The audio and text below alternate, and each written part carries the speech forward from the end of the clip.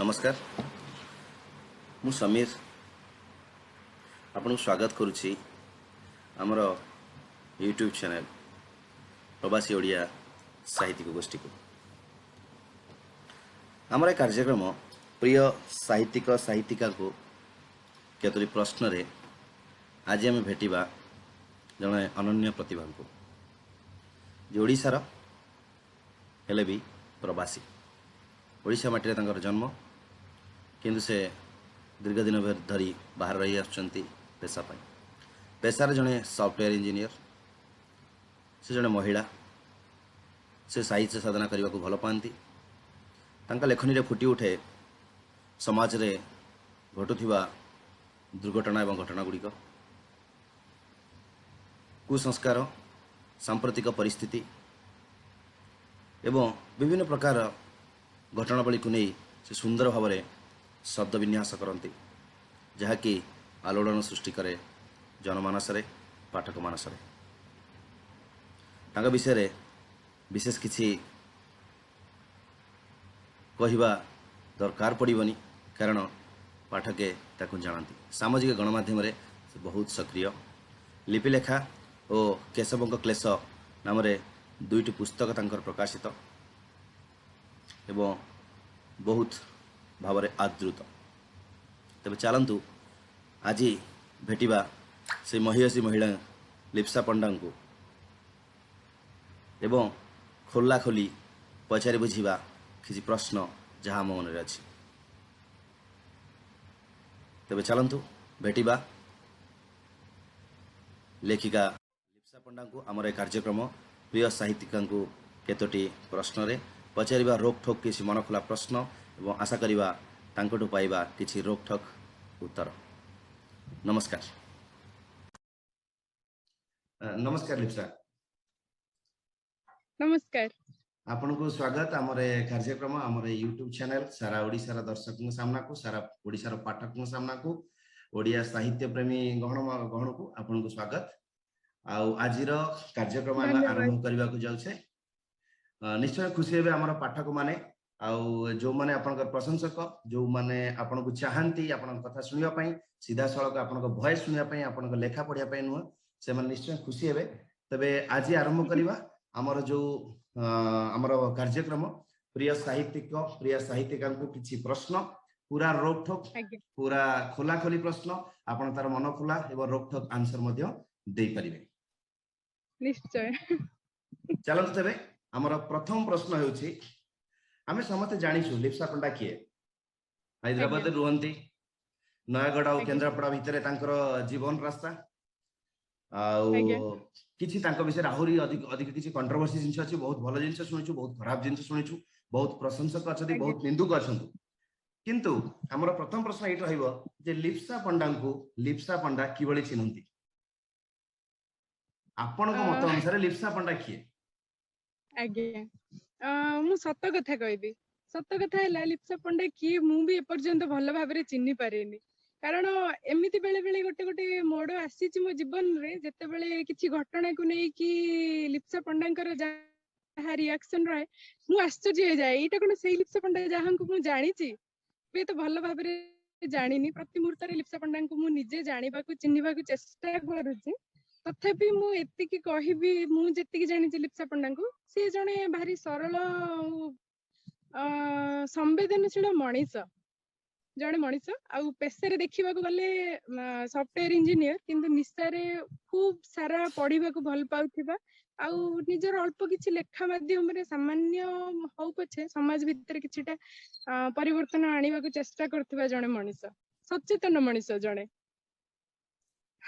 निश्चय मु बुझी पारुछि मु बलरे बुझी पारे कंप्यूटर कीबोर्ड भितर दिन 8 घंटा रु 10 घंटा व्यस्त रहउथवा मनीष निज भाषा प्रेम को बंची रखा पई की प्रकार स्ट्रगल करे की प्रकार संग्राम करे ता मु भलो भाबरे बुझी परिबी कारण मु निजे भुक्तभोगी तेणु करी आशा पाठक मान को जिनस बहुत भल लागिथिबो जीवा हमर द्वितीय प्रश्न को साहित्य प्रेम आपन भितर खुंदी हिक अछि भाषा प्रेम ताठू अधिक आपन ओडिसा को भल पांती ओडिया भाषा को भल पांती ओडिया साहित्य को भल पाती ओडिया साहित्यिक मान को भल पाती ओडिया कवि कवयित्री मान को बहुत भल पाती अनेक सहित आपनकर सुसंपर्क मध्य अछि ताले गोटे ଆଜ୍ଞା कथा एठी पछरेक चाहिबी आपनको मतरे साहित्य माने कोन साहित्य कहले लिप्सा पंडा कोन बुझंती ହଁ ମୁଁ କହିବି ମାନେ ସମାଜର ହିତ ପାଇଁ ଯୋଉ ଜିନିଷଟା ବି ଲେଖା ଯାଉଛି ମୁଁ ତାକୁ ସାହିତ୍ୟ ବୋଲି ଭାବେ।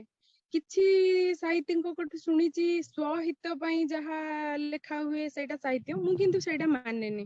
ମୁଁ ଭାବେ ସମାଜର ହିତ ପାଇଁ ଯାହା କିଛି ବି ଲେଖା ଯାଉଛି, ସେ ଗପ ହେଇପାରେ, କବିତା ହେଇପାରେ, ପ୍ରବନ୍ଧ ହେଇପାରେ, ମାନେ ହିତର ବି ସଂଜ୍ଞା ବହୁତ ପ୍ରକାର ହେଇପାରିବ।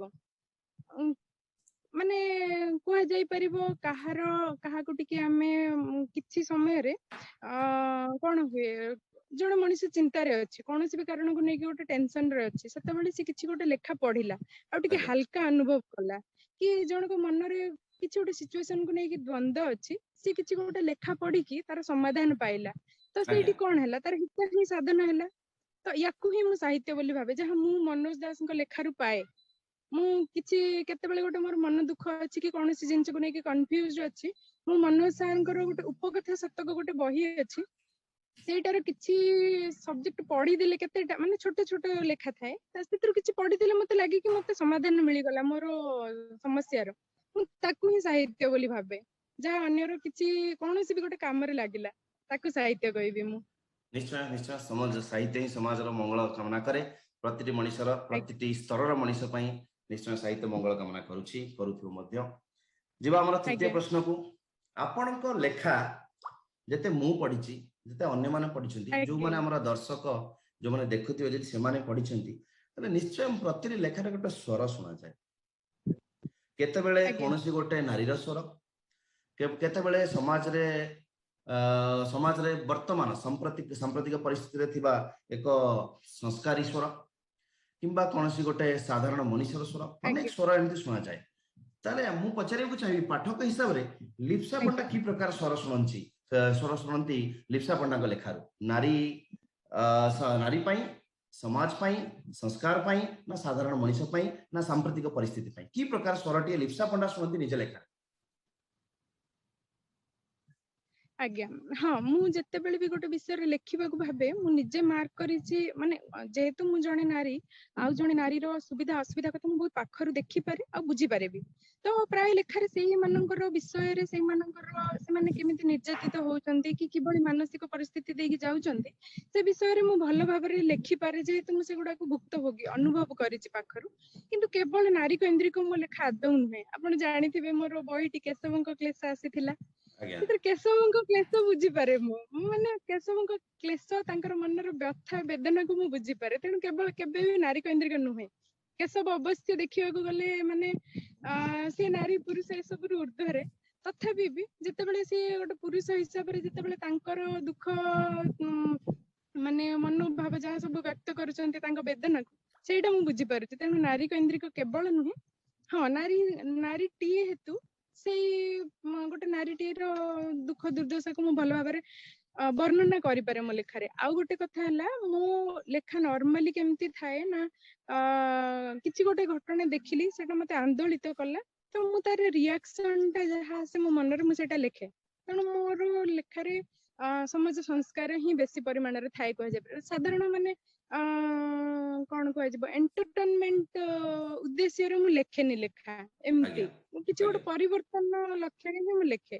निश्चय निश्चय मु आपनका लेखा पढिछि आ आपनका लेखारे नारी नुह संस्कार नुह बरम बेले बेले पुरुषर जंत्रणार स्वर भी शुणिछि जोटा कि वर्तमान ଆଜ୍ଞା सांप्रतिक परिस्थिति जे कोन छोटे साधारण पुरुष भीतर रे पुरुषर संग्रामरत जीवन रे जो स्वर उठे जंत्रणा स्वर ता स्वर भी मु शुणिछि आपनका लेखारे एटा मो तरफ रु गोटे कथा मु निजे भुक्तभोगी आपनका लेखार ए जिंस भी मु शुणिछि जे पुरुष भी जंत्रणा पाए पुरुष भी कांदे आ पुरुषर जंत्रणार स्वर भी कोनसी साहित्य रे उठी पारे एटा आपनका लेखार अनेक थर मु देखिछि ଆଜ୍ଞା जीवा हमें ଧନ୍ୟବାଦ।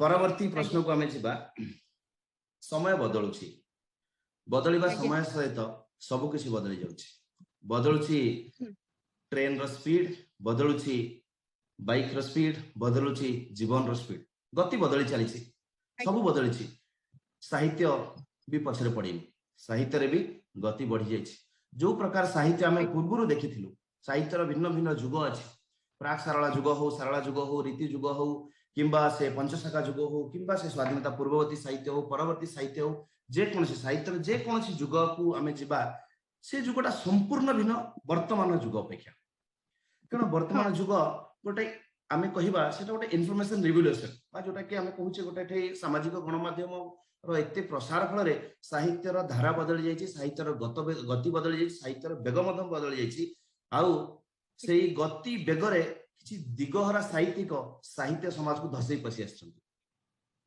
हाँ जो जहाँ जहाँ जहाँ मु कहूनी अनेक कहते आज सामाजिक गणमाध्यम जुगरे अनेक असाहित्यिक अच्छा जो मानकर उद्देश्य आज्ञा साहित्य साधना नुह बरम अन्य किछि विपरीत लिंग सहित निश्चय संपर्क स्थापन करिबा किंबा काहाकू आज्ञा हैरान करिबा इमिति अनेक किछि जिंस ता भीतर रहउछि या ऊपर आपनकर मत कोन आजिर सामाजिक गणमाध्यम रे आमे जो साहित्यिक मानकू देखुचे जो साहित्य साधना देखुचे तार कौन उद्देश्य अच्छी आज्ञा कि समाज संस्कार करने मनुष्यर हित साधन करने ना अन्य किसी अच्छी जिते दूर स्वर शुभुची अनेक साहित्यिक कहती ना आज सामाजिक गणमाध्यम जुगरे अनेक असाहित्यिक अच्छा आपण मत कौन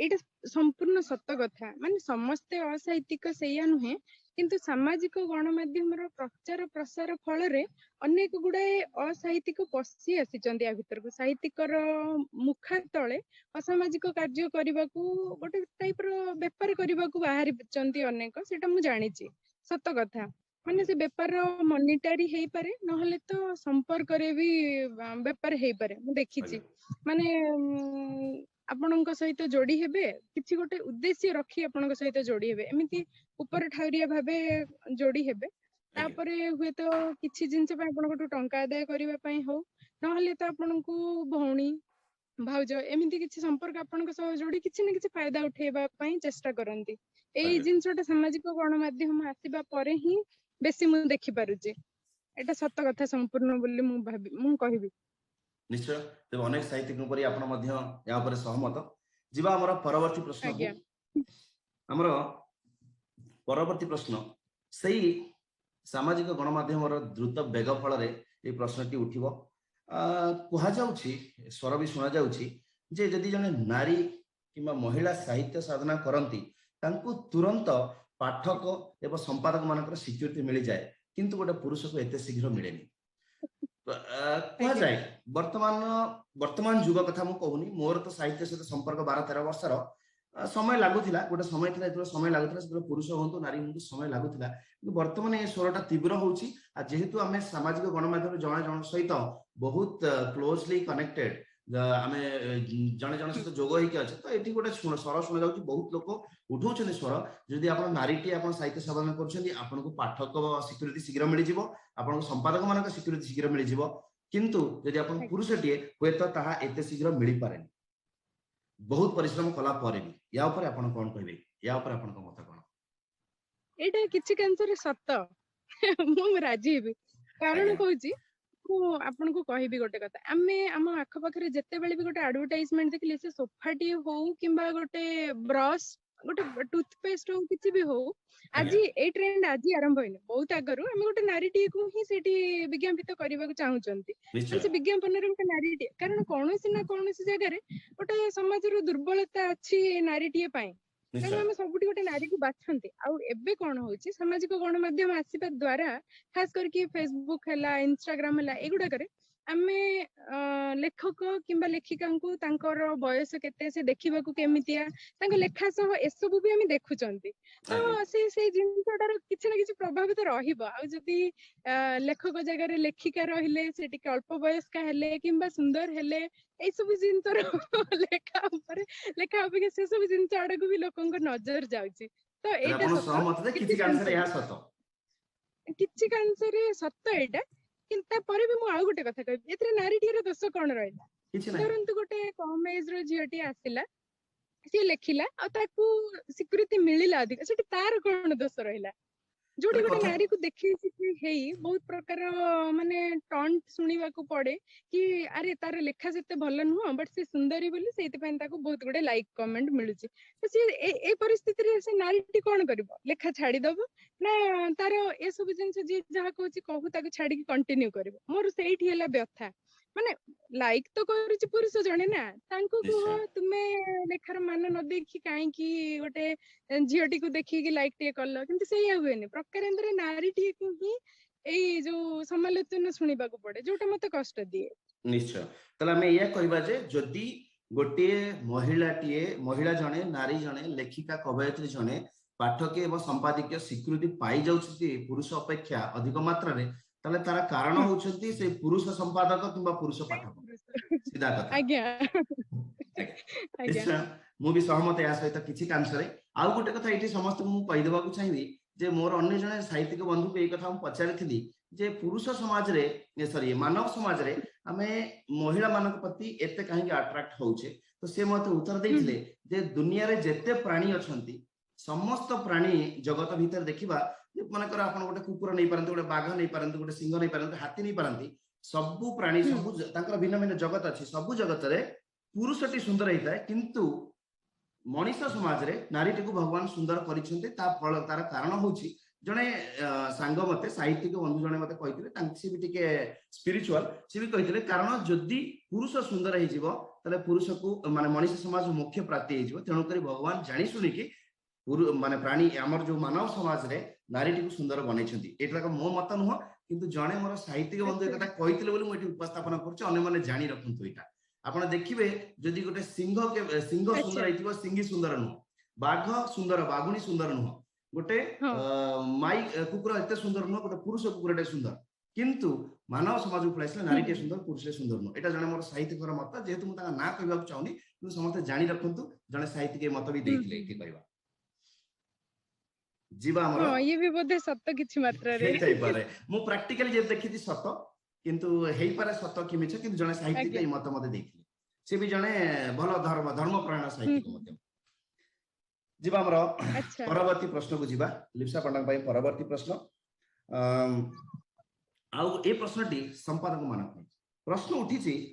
ଅନେକ ସମ୍ପାଦକ ବର୍ତ୍ତମାନ ଯେମିତି ହୁଁ ସାହିତ୍ୟିକ ମାନେ ଯୁଗ ସହିତ ତାଳ ଦେଇକି ବଢିଗଲେଣି, ଲେଖକ ବଢି ଯାଉଛନ୍ତି, ହୁଁ କବି ବଢି ଯାଉଛନ୍ତି, କବୟିତ୍ରୀ ବଢିଗଲେଣି, ସେମିତି ସମ୍ପାଦକ ବି ବହୁତ ଛତୁ ଫୁଟିଲା ଭଳିଆ ସମ୍ପାଦକ, ବହୁତ ହଁ ପ୍ରକାର ହଁ ସଂସ୍ଥା, ପ୍ରକାଶକ ସଂସ୍ଥା। ତେଣୁ ଏମିତି ଗୋଟେ ସ୍ୱର ଉଠିଛି ଯେ ସମ୍ପାଦକ ମାନେ ବ୍ୟବସାୟମୁଖୀ, ସାହିତ୍ୟ ସାଧନା ସମାଜ ସଂସ୍କାର ଏସବୁର ମତଲବ ନାହିଁ ତାଙ୍କର। ସେମାନେ ଲେଖା ଉପରେ ଧ୍ୟାନ ଦେଇ ବରଂ ତାଙ୍କ ସେଇ ଲେଖକ କିମ୍ବା ଲେଖିକଙ୍କର ଟଙ୍କା ଉପରେ ଧ୍ୟାନ ଦଉଛି। ଯଦି ଟଙ୍କା ଅଛି ଲେଖାଟେ ବହିଟି ପ୍ରକାଶ କରିପାରିବେ, ତାହେଲେ ତାଙ୍କୁ ଆମେ ସିକ୍ୟୁରିଟି ଦେବା, ତାଙ୍କର ବହିଟି ପ୍ରକାଶ କରିବା, ଆମେ କିଛି ପଇସା କମେଇବା। ସମ୍ପାଦକୀୟତା ଆଜ୍ଞା। ଆଜି ବ୍ୟବସାୟମୁଖୀ, ୟା ଉପରେ ଆପଣଙ୍କ ମତ କଣ? ହଁ ମୁଁ ୟା ବିଷୟରେ ଆକ୍ଚୁଆଲି ଶୁଣିଛି ଅନ୍ୟମାନଙ୍କଠୁ, ମୋର କିନ୍ତୁ ନିଜର ୟା ଉପରେ ଅନୁଭବ ଯାହା, ମୋର ଏପର୍ଯ୍ୟନ୍ତ 2ଟି ବହି ବାହାରିଛି। ଆଉ ଆଜ୍ଞା ବଡ ଖୁସି ଏଇ କଥା କହିବି, 2ଟା ଯାକ ବହି ଛପେଇବା ପାଇଁ ମୁଁ ଟଙ୍କାଏ ଖର୍ଚ୍ଚ କରିନି। ମୋର ଆଜ୍ଞା ବହିର 2ଟା ଯାକର ସମ୍ପାଦକ, 2ଟା ଯାକ ବହିର ସମ୍ପାଦକ, ସେମାନେ ମୋର ଲେଖା ନିଜ ଆଡୁ ଏଇ ସାମାଜିକ ଗଣମାଧ୍ୟମରୁ ମୋ ବିଷୟରେ ଜାଣି ମୋର ଲେଖା ପଢି ବହି କରିବାକୁ ଚାହିଁଲେ, ମତେ ଲେଖା ମାଗିଲେ, ମୁଁ ଲେଖା ଦେଲି, ସେ ସେଇଟାକୁ ଛାପିଲେ। ଆଉ ଯେହେତୁ ଆମ ଭିତରେ କୌଣସି ପ୍ରକାର ବ୍ୟବସାୟ ଭିତ୍ତିକ ସମ୍ପର୍କ ହେଇନଥିଲା, ସେ ଆଜ୍ଞା ମୋର ବହି ଛାପିଲା ପରେ, ସେ ବହି ବିକ୍ରି ପରେ ଯାହା ସେ ଲାଭ ପାଇଲେ କ୍ଷତି ପାଇଲେ କଣ ହେଲା, ମୁଁ ସେଇଟା ଜାଣିବାକୁ ଚେଷ୍ଟା ବି କରିନି। ନିଶ୍ଚୟ ସିଏ ତାଙ୍କର ବହି ବିକ୍ରି, ଯାହା ଲାଭ ହେଲା ତାଙ୍କର, ଯାହା କ୍ଷତି ହେଲା ତାଙ୍କର, କିନ୍ତୁ ମୁଁ ଟଙ୍କାଏ ଦେଇନି ମୋର ବହି କରିବା ପାଇଁ। ତେଣୁ ମୋ ନିଜ ଅନୁଭବ ଯାହା, ସେଇଟା ତ ଏଇ ବ୍ୟବସାୟୀକରଣ ଆଡକୁ ଯାଉନି, କିନ୍ତୁ ମୁଁ ଯେତିକି ଶୁଣିଛି ଅନ୍ୟ ମାନେ ସାହିତ୍ୟିକ ବନ୍ଧୁ ବାନ୍ଧବୀ ମାନଙ୍କ ଠାରୁ, ଏଇଆ ସତରେ ଚାଲିଛି। ଖାସ କରିକି ଓଡିଶାରେ କିଛି ସମ୍ପାଦକ ଏଇ ସାମାଜିକ ଗଣମାଧ୍ୟମରୁ ଖୋଜନ୍ତି ତାଙ୍କର ମାନେ କିଏ ତାଙ୍କ ପାଖରେ ବହି କରିପାରିବ, ଯାହାଠୁ ସିଏ ଗୋଟେ ଭଲ ମୋଟା ଅଙ୍କ ସଂଗ୍ରହ କରିପାରିବେ। ଏମିତି କି ମୋର ପ୍ରଥମ ବହିର ସମ୍ପାଦକଙ୍କଠୁ ମୁଁ ଜାଣିବାକୁ ପାଇଲି, କିଛି ଜଣ ଭୁବନେଶ୍ୱରର ସମ୍ପାଦକ ମୁଁ ତାଙ୍କ ପାଖରେ ବହି କରେ ବୋଲି ଇଚ୍ଛା କରୁଥିଲେ, କାରଣ ମୁଁ ସଫ୍ଟୱେର ଇଣ୍ଡଷ୍ଟ୍ରିରେ କାମ କରୁଛି, ମୋଠୁ ଗୋଟେ ଭଲ ମୋଟା ଅଙ୍କର ସିଏ ଆଦାୟ କରିପାରିବେ। ଆଉ ନିଶ୍ଚୟ ସେମାନେ ମତେ କଣ୍ଟାକ୍ଟ କରିବା ଆଗରୁ ଯେତେବେଳେ ମତେ ଡାଇରେକ୍ଟ ମୋ ସମ୍ପାଦକ କଣ୍ଟାକ୍ଟ କରିଥିଲେ ଆଉ ବହି କରିବାକୁ ଆଗ୍ରହ ଦେଖେଇଲେ, ମୁଁ ହଁ କରିଦେଲି। ଆଜ୍ଞା ସିଏ କିଛି ଜଣ ସମ୍ପାଦକଙ୍କ ରୋଷର ବି ଶିକାର ହେଇଥିଲେ। ନିଶ୍ଚୟ ଏଇଆ ହେବେ। ମୁଁ ଜାଣି ଆଶ୍ଚର୍ଯ୍ୟ ହେଲି। ଆଉ ତାପରେ ସିଧା ମୁଁ କଥା ଆମେ ଯେହେତୁ ଏଇଠୁ ବୁଝିବା, ଯଦି ଆପଣ ରୋଷର ଶିକାର ହେଇଛନ୍ତି ତାହେଲେ ନିଶ୍ଚୟ ବ୍ୟବସାୟ ଚାଲିଛି। ନିଶ୍ଚୟ ନିଶ୍ଚୟ ଚାଲିଛି। ମୁଁ ସେଇଠୁ ଆଶ୍ଚର୍ଯ୍ୟ ହେଲି, କାରଣ ତା ଆଗରୁ ମୁଁ ଓଡିଶାର ସାହିତ୍ୟ ସମାଜ ସହିତ ଆଦୌ ପରିଚିତ ନଥିଲି। ମୁଁ କେବଳ ଆସେ ମୋର ସୁବିଧାରେ ଫେସବୁକ ରେ କିଛିଟା ଲେଖା ଲେଖିଦେଲି, ମତେ ଇନଷ୍ଟାଣ୍ଟ ରିଆକ୍ସନ ମିଳିଗଲା ସେଇଠୁ ପାଠକ ମାନଙ୍କଠାରୁ, ମୁଁ ସେତିକିରେ ଖୁସି ଥିଲି। ସେଠି କଣ ଚାଲିଛି କେମିତି ଚାଲିଛି ମୁଁ ଜାଣିନଥିଲି। ବଟ୍ ଏଇ ବହି କରିବାକୁ ନେଇକି ଯେତେବେଳେ ମୋ ସମ୍ପାଦକ କହିଲେ ସେ ରୋଷର ଶିକାର ହେଇଛନ୍ତି, ମୁଁ ଜାଣିବାକୁ ପାଇଲି ଆଚ୍ଛା ଯୋଉ ବନ୍ଧୁ ମାନେ କହନ୍ତି ତେବେ ତାହା ସତ, ସେ ଜିନିଷଟା ଚାଲିଛି ଆକ୍ଚୁଆଲି। ନିଶ୍ଚୟ। ତେବେ ଯିବା ଆମର ପରବର୍ତ୍ତୀ ପ୍ରଶ୍ନକୁ। ପରବର୍ତ୍ତୀ ପ୍ରଶ୍ନଟି ହେଉଛି ସେଇ ସାମାଜିକ ଗଣମାଧ୍ୟମର ତୀବ୍ର ବେଗ, ତୀବ୍ର ଗତି ଫଳରେ ଅନେକ ହଠାତ୍ ସାହିତ୍ୟିକ ବାହାରି ଯାଉଛନ୍ତି, ଯୋଉମାନଙ୍କୁ ଆମେ କେବଳ ହଠାତ୍ ସାହିତ୍ୟିକ। ଆପଣ ଦେଖିବେ ଗତ 2 ମାସ ତଳେ ଆପଣଙ୍କର ଜଣେ ପାଠକ ଥିଲା, ସେ ଆଜି ଜଣେ ସାହିତ୍ୟିକ।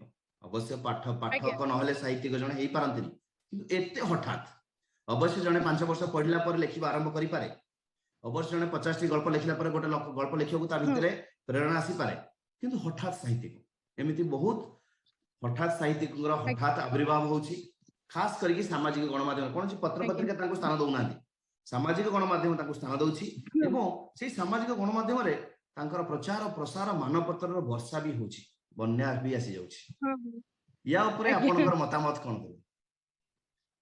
ହଁ, ୟାକୁ ନେଇକି କହିବାକୁ ଗଲେ ମୁଁ ନିଜ ଉଦାହରଣ ପ୍ରଥମେ ଦେବି। ମୁଁ ଯେତେବେଳେ ଫେସବୁକ୍ ଜଏନ୍ କରିଥିଲି, 2-4ଟା ଫଟୋ ପୋଷ୍ଟ କରିବାକୁ ଛାଡିଦେଲେ ମୁଁ ଆଉ କିଛି କରୁନଥିଲି। କେବେ କୁଆଡେ ବୁଲିବାକୁ ଗଲି, କଣ ହେଲା ଟିକେ ପୋଷ୍ଟ କରିଥିଲି।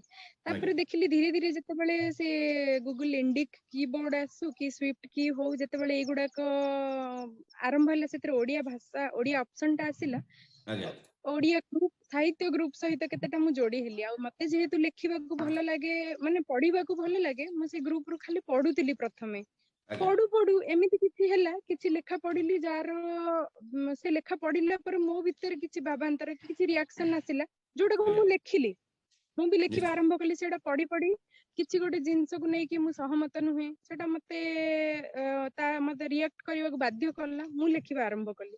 ଆଉ ମୁଁ ସେଇଠୁ ଲେଖିକି ମୋର ଲେଖା ଯୋଉମାନଙ୍କୁ ମୁଁ ରେଗୁଲାରଲି ପଢୁଥିଲି, ସେଇମାନେ ବି ମାନେ ଆପ୍ରିସିଏଟ କରିବା ଆରମ୍ଭ କଲେ, ଆରେ ତୁ ତ ଭଲ ଲେଖୁଛୁ, ଲେଖା କଣ୍ଟିନ୍ୟୁ କର, ନିଜେ ଲେଖ ଏଥର, ଏମିତି କଲେ। ତ ସେଇଠୁ ମୁଁ ନିଜେ ଲେଖା ମାନେ ଆରମ୍ଭ କଲି। ଏମିତି ଗୋଟେ ପାଠକରୁ ଲେଖକକୁ ପରିବର୍ତ୍ତିତ ସମସ୍ତେ ପାଠକରୁ ଲେଖକ ହେବେ, ମା ପେଟରୁ କେହି ଲେଖକ ହେଇକି ଆସିନଥାନ୍ତି। ସମସ୍ତେ ପଢନ୍ତି, ପଢିଲା ପରେ ଲେଖନ୍ତି, ଏଇଟା ହୁଏ। କିନ୍ତୁ ଏତେ ହଠାତ୍ ବେଳେ ବେଳେ ହେଇଯାଏ। ଆଉ ଗୋଟେ ଜିନିଷ, ଆପଣ ଗଳ୍ପଟେ ଲେଖିଦେବେ, ବହୁତ ପଢିଲା ପରେ ଗଳ୍ପ ଲେଖିପାରିବେ, ଆଉ ଆପଣ ଗୋଟେ ସ୍ତମ୍ଭ ଲେଖିପାରିବେ, ଗୋଟେ ଆଲେଖ୍ୟ ଲେଖିପାରିବେ, କିନ୍ତୁ ଗୋଟେ କବିତା ଲେଖିପାରିବେ। କବିତାରେ ଲେଖିପାରିବା ପାଇଁ ତାର ଛନ୍ଦ, ପଦ, ଆପଣ ଯତିପାତ, ଆପଣଙ୍କର କବିତାର ରୀତି ବିଷୟରେ, ଗୁଣ ବିଷୟରେ, ରସ ବିଷୟରେ ଜାଣିବାକୁ ପଡିବ, ଯୋଉଟା କି ଏତେ ହଠାତ୍ ସମ୍ଭବ ନୁହେଁ, ଏତେ ହଠାତ୍ ସମ୍ଭବ ନୁହେଁ। ତେଣୁକରି ସେ ହଠାତ୍ ବିଷୟଟା ମୁଁ ଜାଣିବାକୁ ଚାହୁଁଛି, ଆପଣଙ୍କର ମତ କଣ? ସେ ହଠାତ୍ କରି ଜଣେ କି ହେଇଯାଉଛି। ଗୋଟେ ଇଣ୍ଟରେଷ୍ଟିଂ କଥା ୟା ଉପରେ ମୁଁ କହିବି। ମୁଁ ଯାହା ଜାଣିଲି, କିଛି ଜଣ ଅଛନ୍ତି ଯୋଉମାନେ ବଡ ବଡ ଲେଖକ କିଛି ଅଛନ୍ତି, ତାଙ୍କ ସହିତ ନାନୀ ଭାଇନା ଏମିତି ଟାଇପ ର ସମ୍ପର୍କ ଯୋଡି, ମାନେ ତାଙ୍କ ନିଜର ଲେଖା ହିଁ କିଛି ନଥାଏ, ସେମାନେ ସେଇମାନଙ୍କ ଲେଖାକୁ ଆଣି, ନହେଲେ ତ ଗୋଟେ 2 ଧାଡି ଏମାନେ କହିଦେବେ ମୁଁ ୟା ଉପରେ ଲେଖିବାକୁ ଚାହୁଁଛି, ସେ ଲେଖକ ମାନେ ସମ୍ପର୍କ ଦ୍ୱାହିରେ ନିଜ ଲେଖାକୁ ଏଇ ମାନଙ୍କୁ ଦେଇ ଛପେଇ ନା କରୁଛନ୍ତି। ଏମିତି ବି ମୁଁ ଜାଣିବାକୁ ପାଇଲି। ମାନେ କୌଣସି ନିଜର ରୋଲ ନଥାଇ, କୌଣସି ଭୂମିକା ଟ୍ୟାଲେଣ୍ଟ ନଥାଇ, କେବଳ ଅନ୍ୟ ମାନଙ୍କ ଭଲ ଲେଖକ ମାନଙ୍କ ସହିତ ସମ୍ପର୍କ ଯୋଡି, ତାଙ୍କ ଦ୍ଵାରା ନିଜ ଲେଖାକୁ କରେକ୍ସନ କରେଇକି, ତାଙ୍କର ଲେଖାକୁ ଆଣି ନିଜ ନାଁରେ ଛପେଇ ବି ଫେମସ ହେଇଯାଉଛନ୍ତି ଲୋକ। ଏଇଟା ବି ମୁଁ ଜାଣିବାକୁ ପାଇଲି, ଯେ ମତେ ମାନେ ଆଶ୍ଚର୍ଯ୍ୟ ଲାଗିଲା ଯେତେବେଳେ ପ୍ରଥମେ ଜାଣିଲି। ବଟ୍ ଏମିତି ବି ହଉଛି। ତା ସାଙ୍ଗରେ ଆଉ ବି କିଛି ମୁଁ ଦେଖିଲି, ମାନେ ପଇସା ଦେଇ ମାନପତ୍ର ଆଣିବା, ଯୋଗାଡ କରିବା, ଏମିତି ବି ହଉଛି। ତେଣୁ ଏସବୁ ଟାଇପ ର ବ୍ୟବସାୟ ବି ଚାଲିଛି, ଯାହା ଆଦୌ ଶୁଭଙ୍କର ନୁହେଁ। ନୂଆ କି ଆସନ୍ତୁ, ହଁ, ସାମାଜିକ ଗଣମାଧ୍ୟମ ହେଲା, ସେଇଠି ଲେଖିଲେ ଆମକୁ ସ୍ୱୀକୃତି ମିଳିଲା, ସେଠୁ ନିଜକୁ ପରିମାର୍ଜିତ କରିକି ଆଗକୁ ବଢିଲେ ହିଁ ସଫଳତା ମିଳିବ। ଏଇ ସର୍ଟକଟ ବାଟ ଦେଇକି ଆଗକୁ ଗଲେ କେବେ ବି ବେଶୀ ଦିନ ତିଷ୍ଠି ରହିପାରିବାନି। ଏଇଟା ମୋର ମତ।